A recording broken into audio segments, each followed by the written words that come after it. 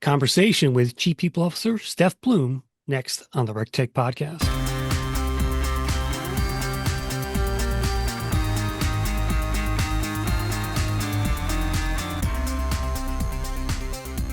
All right, Stef Bloom is the Chief People Officer at Spear Physical and Occupational Therapy, where she leads the company's people strategy across talent, culture, leadership development, and organizational growth.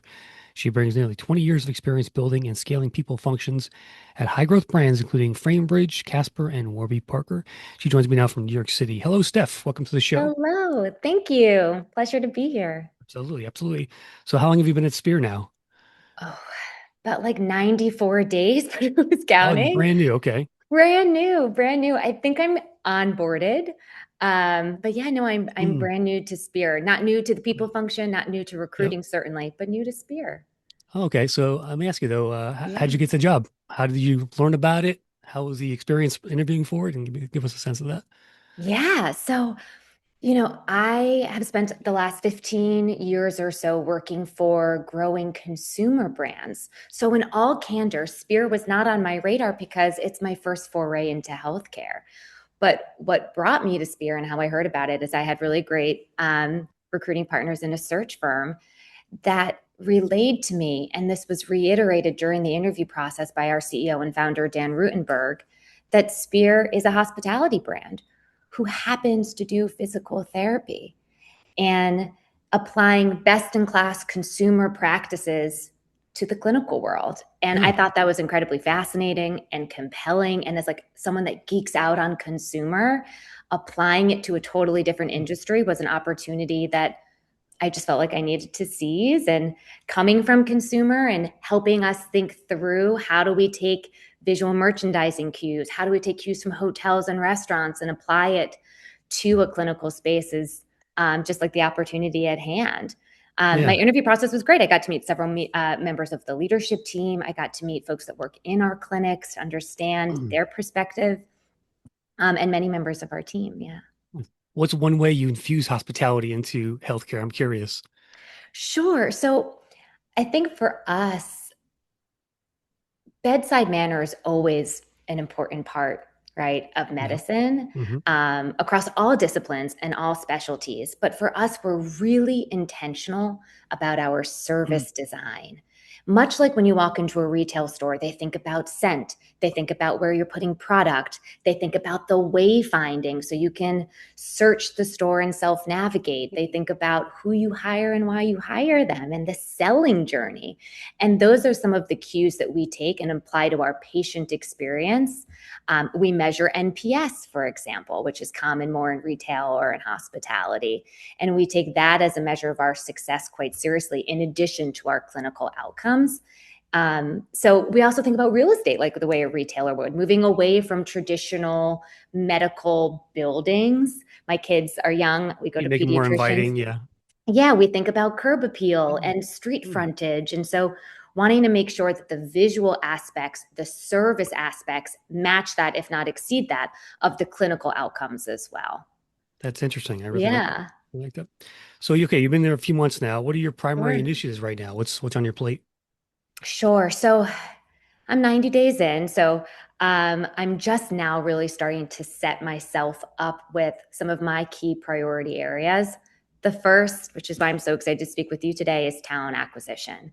We are growing. We have about 80 clinics in the tri-state area to date, many more coming. If you know any therapists, send them my way. And not just talent acquisition in terms of filling roles, but refining our value proposition in the marketplace. Healthcare is an interesting job market, which we could talk about, and making sure that we are really crisp on why we think we are an employer of choice in a job market that is compressed. So certainly talent acquisition. And then another area of focus for me is making sure that we are using people analytics in a really smart way to drive our business forward, which is an area that we're just now digging into. Okay. Do you have a tool for that you're using? What kind of analytics are you looking at too? Sure. So we have several tools. I think an area for me is figuring out how our tools speak to each other to one, make sure that it's an integrated employee experience where they don't see our like feet under the water, like the duck analogy, but to make sure that we're connecting data that we're collecting. So for example, our ATS is Lever.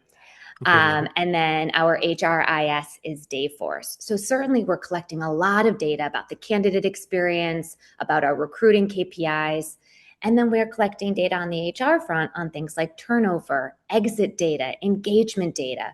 What I'm really interested in doing, which is one of my first priorities, is putting those together in a way that we understand from the time you're top of funnel, that you're here, you're onboarded throughout your employee journey, from the time you exit, that we understand where there's gaps, blind spots, strengths, and that we're using similar taxonomy from the candidate experience into the employee experience. Nice. Yeah. What kind of metrics do you think you're going to be, wanting to focus on yourself? Oh, great question. From a recruiting standpoint, I'm really interested in our conversion, so our candidate to hire process. And the reason for that is we spend most of our recruiting efforts going outbound. We don't get many organic candidates coming to us. Again, it's a challenging labor pool. It's a cyclical recruiting cycle for healthcare. And so I'm really, as I said earlier, we're really trying to refine our EVP and being able to stand out across our peer set when on paper, we all articulate similar things. We, of course, think that we offer the best careers for clinicians. We have a really compelling growth story to our business, but that conversion metric helps me measure whether that's working for a candidate who really does have many choices in the outpatient physical therapy space. Yeah. What is your slogan for your EVP? Do you know it? Are you looking to change it? We don't have a slogan yet. Okay. Yeah, no, that's such a fun question, though. We talk a lot from a branding standpoint. So this is more patient facing than candidate facing. We say Yeah. unstuck yourself, right? That physical therapy helps you get back to a version of yourself you're striving for, or a better version of yourself. So I like the idea of it being a pull forward to the candidate experience. It's a great place to build your career, a great place to, build a specialty within your clinical world, et cetera. But we haven't nailed that one yet, but I will let you know. All right, cool. Yeah, we'll Yeah. definitely talk about that again. Yeah. Okay, so you don't get a lot of inbound, you said. Do you know how many Sure. hires you make per year, roughly? Sure. So we hire on average about 300 therapists a year. Okay. So high volume, still high touch, but yeah, a Yeah. lot. And presumably more as we grow, not only in the New York market, but elsewhere. Do you know how many applications you get a month, roughly? I don't know how many applications, but what's interesting about our recruitment process is in healthcare, so many candidates, as perhaps you know, so I'm sorry if I'm telling you things you already know, No. to become a licensed PT in New York, you have to get your doctorate. Like many other medical fields, you do internship, you do residency, et cetera. So we hire a lot of students that do their rotations with us. So that is our largest talent pool by far, is our third-year students who are finishing up their clinical internships. We have an opportunity really on both sides to make it super reciprocal, where they get an opportunity to sort of vet us for a place they want to build their career. And we have an opportunity to see what their ramp time would be, what kind of cultural add they would be to our team. And so that by far is our largest talent pool, are those new grads or coming up on being a new grad finishing school with us. That's interesting. So it Yeah, sounds like you do a lot of work then at colleges, just for internships and recruiting overall, right?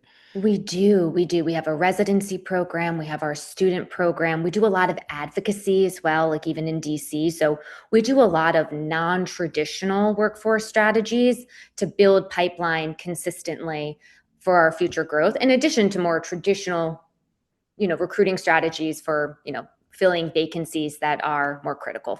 Yeah. I pulled your career center up here. This is it, right? Ah, Spearcenter.com. yes. Yeah, yeah, yeah. Very good. Ah, Familiar, there's familiar with Ashley. Spear. Yep. Very, very nice.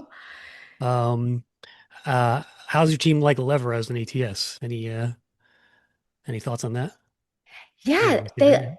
Yeah. so we've been using Lever. It predates me for about a year and a half. Mhm. And it integrates really beautifully into Dayforce. So they really like Lever. I do think in all candor, we have to become a little bit more sophisticated Mhm. in how we are utilizing Lever. And that's because so much of our recruiting is happening offline. And so how do we marry traditional, comes from LinkedIn, comes from Glassdoor, comes from Indeed or ZipRecruiter, with our non-traditional recruiting methods? We do a lot of events, a lot of campus recruiting, a lot of upstream recruiting that again happens offline. And so I think that's our biggest area of opportunity of how do we get that data into Lever to give us that full picture of our recruiting like search methodologies. Totally. Yeah. How big's your team, by the way? So we have TA team? we have 5 recruiters on team and then a leader of the function for TA specifically. And then we have other parts of the people function, but those are our TA team members. All right, very nice. Okay. Yeah. So the role of chief people officer, how do you look at that right now in today's day and age with AI, especially coming into the fold? Give me some general thoughts on the role of a CPO today in today's environment. Yeah. So from my point of view, I think where CPO positions have evolved is it used to be that you were the subject matter expert in HR, and that was sort of the value add of having the seat at the table, that you were representing HR. To me, now it's it's an and, is that really where it's evolved is that now you were a business executive who happens to have an expertise in HR. And I think that's like a subtle yet important distinction. I'd like to think I'm an expert in HR, but I would also like to think that the most value out of a CPO these days is helping advise on true business strategy. I have just as much business visibility as the CFO. I understand what's happening across the various disciplines within our business. I understand the push and pulls of our P&L. And my job is to say, these business decisions impact people through this prism and vice versa. And when we make a people decision, that we understand how that could impact the business, versus just having your arms around payroll and compliance and employee relations. It really is coming first with the business executive hat and then making sure the tributaries flow down to the employee experience, and again, vice versa. Yeah.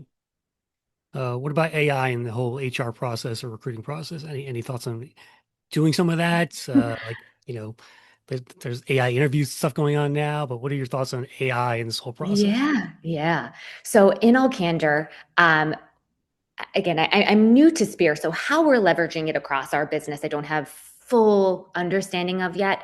Philosophically, what I will tell you is sort of regardless of industry and organization, I think the value that AI can lend to the people function is getting more efficient on the administrative work. So whether that's sourcing for recruiting, whether those are some of like the offboarding and payroll changes for HR, and that frees up time for the work that AI can't replicate. The types of work that we do that requires real empathy and relationship building, and building, again, those high touch candidate experiences where you're taking candidates out to coffee.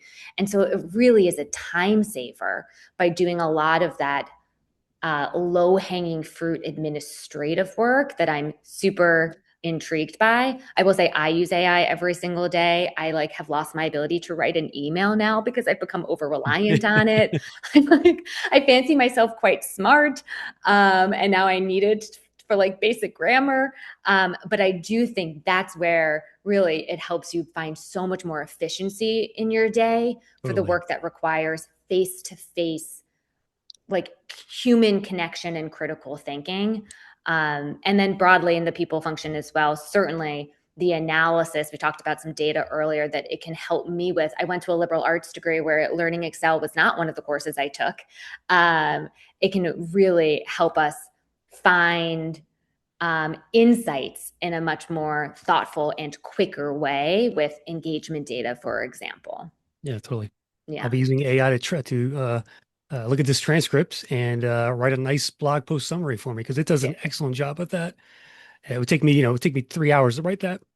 I can do it. Exactly. So I'm definitely a proponent of adopting it in a way that again frees up time for the work that, and again, we're a people business. We don't sell a product. We don't that's what one of the many reasons I joined Spear was the people strategy is the business strategy. And how cool is that to be at the epicenter of all the decisions that get made? And so it just frees up quite literally your calendar, but also the brain space that you need to have those really thoughtful decision-making conversations. Well said. Yeah. Let's talk about attraction and retaining top clinical talent, Steph. Yeah. What are some strategies you're looking to put in place there for that? You looking to change something there, add something to the Spear experience? Sure. So, one thing that's interesting about healthcare and a multi-site healthcare business is, again, kind of coming from consumer.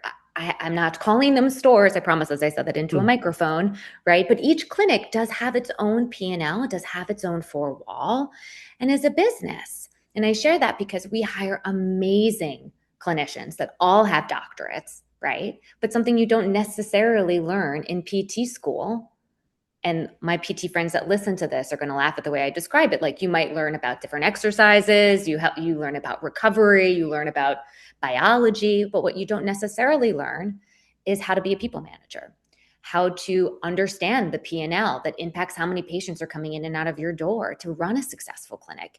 You don't necessarily learn, right, all of these leadership skills, or you don't have an MBA per se. And so I share that because one thing that we are laser focused on from a retention standpoint is offering that type of curriculum to our clinical directors. So they not only become experts in the clinical work that they do, which is, of course, the core of our business, but they also have the ability to get breadth of all the other things that are required when you move into management and you move into leadership. So we have a development program for emerging leaders. We have advanced leadership development for our clinical directors that all mirror almost like an MBA-style curriculum, which is really unique, I think. Yeah. Um, to like, they put together a capstone project. They have to apply to get into the program. I'm Oh, very excited to grade the projects, cool. and especially as the new person, where I just get to come in with such like whimsy and without any bias about the projects. And so that is something that I think is unique about our retention measures, which is, this is a great place to, again, sharpen your tools as a clinician and get to work with patients in the best city in the world. There again is some bias, but also you can take various growth paths with us depending on what your interests are long term. And I think that is something that has been in place prior to me joining, but is an area of focus for me of how do we optimize it as we go outside of New York? How do we scale it? How do we make sure it matures along with us in terms of curriculum? And how do we make that part of our EVP and articulate it really well to a recent grad who is just trying to find an apartment, and make sure Right. that we are segmenting our EVP in a really thoughtful way when it comes to the various career paths that you can have with us. I think you said you had 80 offices across the area. Is that right? Yes. Okay. Yeah. Let's talk about culture there. How do you maintain a culture there? Because every office probably has their own culture, right? But from just scaling teams here, how do you kind of think about maintaining culture overall for Spear and the different distributed offices there? Sure. So we have the benefit right now of being highly densified. So we have 35 clinics here in Manhattan. I mean, I Okay. can like see one out my window. Oh, And so that has been a really unique experience. Even for me, I've worked for retailers that are always multi-site, where we might have 100 clinics, but, or excuse me, at that point, stores, mixing up my experiences here, but across the country. So what's unique about Spear is we have the advantage still of all like getting together, which helps us maintain culture because, right, the apple and the tree have proximity to one another. However, as we scale, not only in New York, but into other communities that we enter, or as we just simply get larger, certainly it's top of mind for me. Something that I think about a lot of how we should best do that is we have to make sure that we have repeatable playbooks and systems in place, right? We have a lot of tenure in the building. Spears built on relationships where, everyone, I'm in our founder and CEO, Dan's office right now. Thank you, Dan, for letting me use it. Where so many people joined Spear because they met him. And so they got to see how he thought about decisions, the kinds of behaviors that he rewarded, right? And so we have to start documenting that. Our culture has been lived, not necessarily documented. And so I think about that a lot, about how do we build playbooks? How do we make sure that culture is not spread through osmosis, but through manager effectiveness, right?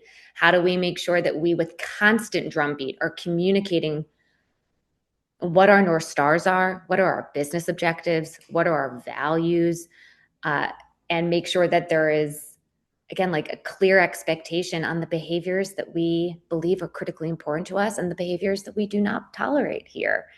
And so that for me is certainly top of mind. And especially again, as we start to get larger in scale. And that's another reason why we spend so much time on manager capabilities and management training, because as you know, people experience culture through their managers. And so that's Yeah. one of our best sort of methods to scaling it. Do you have like manager offsites all the time, or what's your cadence around stuff like that? Yeah. Oh, such a good question. Mm. So we do. So there are several programs that one can be a part of. So we have Spear's Future Leader program where we do quarterly offsites, and then they have modules in between that are like smaller cohorts. What's really lovely about that is being a people manager can be lonely, even if we're densified. And so, unless you are one clinic in Staten Island, Mm. like, right? And so making sure that in addition to sort of like the highs where we're all together, that they have a peer group where they have their own sort of ways of working and operating rhythms to connect and to share lived experiences, lessons learned, role play, what might be happening in their clinic. So that's like one programmatic example. At the company level, we get together twice a year. We have our picnic in the park, which just happened in Central Park, which is really an opportunity to give a values award. We also do fun game. I mean, we did like tug of war. My team lost Wow. bad. Mhm. So it's like some fun The team TA building. team lost.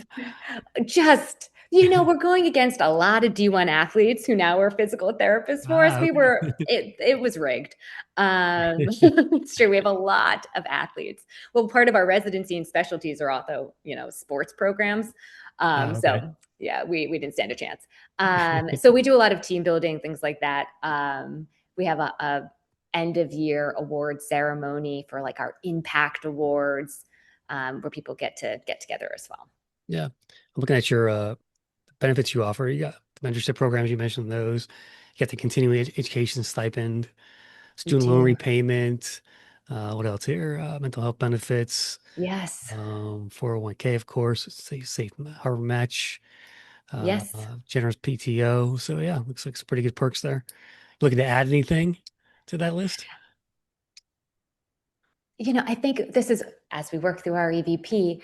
Um, I think our benefits and perks are super competitive. Really, our focus on, especially knowing that the talent pool is finite and most are from Mhm. new, uh, folks graduating from school. So giving them all of the benefits that they need to like transition from the classroom to practice, as we say. The one thing that I'd add, if you'll let me, and Sure. I do have a microphone here, so I think you are, is 100% of our promotions have been internal, which for those that again want to grow, and growth can mean different things to different people, of course. We have the clinical excellence program where you can grow in specialty. But for those that want to grow in people management or business ownership, et cetera, 100% of our clinical directors started as therapists with us. And then, we're promoted internal. We do not hire externally for our clinical director position. So I Interesting. think Very good. that's, yeah, Okay. 100% batting 100. Is that what they That's say? fantastic. By Yeah. the way, do you know how many physical therapists and occupational therapists graduate every year? Or, do you know what is that? Yeah. What is that pool like? Yeah, I don't know the number nationally. What I've gleaned, and I'll have to offer some fine print because, again, I'm new, Yep, no problem. is it's in the post-pandemic era, not many folks are entering healthcare at the same rates that they were prior. And that's not unique to Oh, PT. really? That's many medical professions, I think, right? It was I thought it was the opposite. I thought like COVID's kind of spurred a lot of people to go into nursing and stuff like that. You're saying it's the opposite? for us, it was the opposite. I think, Wow. it's a job that has a lot of emotional labor. Being a caretaker of any kind um, is a challenging role, and so class sizes are small. Student loans are expensive. Hmm. You come out of school often in a lot of debt. The patient need is increasing because many folks now have to go to PT prior to getting approved for certain services that they might want or need. And so we're competing with these two things that are at odds of an increase in patients that we know we can provide excellent service to and help, achieve their health goals, but a shrinking talent pool at the same time. And so that's where recruiting becomes really interesting because NYU, again, in our backyard, has a very small class size. We're talking maybe a couple dozen, and all of us in the New York area come May, right? And so that's where EVP work becomes really, really important. And thinking of it for me, almost like a consumer marketer, right? Yeah. You don't sell the same product to, even though you and I might both be shopping for the same shoes, the copy that you might get might be very different than me. And that's how I think about recruiting in this market as well. And also trying to attract folks from across the country to come to New York with relocation benefit, et cetera, and sell them on, this is the greatest city. Again, a lot of bias here in the world. One, because it's New York, but two, because the healthcare systems in New York are amazing, right? The hospital networks is one of the largest in the country, world-renowned, surgeons refer to us. And so for those that are interested in building a clinical career in New York, is just a great place to do it. But getting over that hump of moving from the Midwest or wherever it might be to New York is a challenging one psychologically for some. Awesome. Yeah, totally. Well, I think we'll end it there, Steph. I think it was a great conversation. I learned a lot about healthcare recruiting and physical therapist and you. And Thank wish you. you good luck there in the new job, and definitely come back in a year and let's do this again. I would love to, and I will follow up with what tag we come up with for our Yes, I want to see EVP. that. We'll even maybe we'll even write about it on RecTech Media for you. I would love that. I Awesome would love stuff. that. Well, All right. again, Well, we'd love to appreciate host it. you in New York. Come on down. Take the train. Absolutely, yeah, absolutely. We're in Midtown. Are you Midtown or? Yeah, yeah. We're on 30th and Madison, so Oh, okay, not too very far good. from Grand Not too Central. far. Yep, Yeah. very good. All right. Well, again, nice to meet you, Steph, and You as well. Thank thanks you. for coming on today. You too. That will do for this episode of the RecTech Podcast. Thanks again to Dahlia for their sponsorship. Be sure to follow myself and RecTech Media on LinkedIn, see your podcast, video, and blog we publish. Thanks for tuning in. And remember, always be recruiting.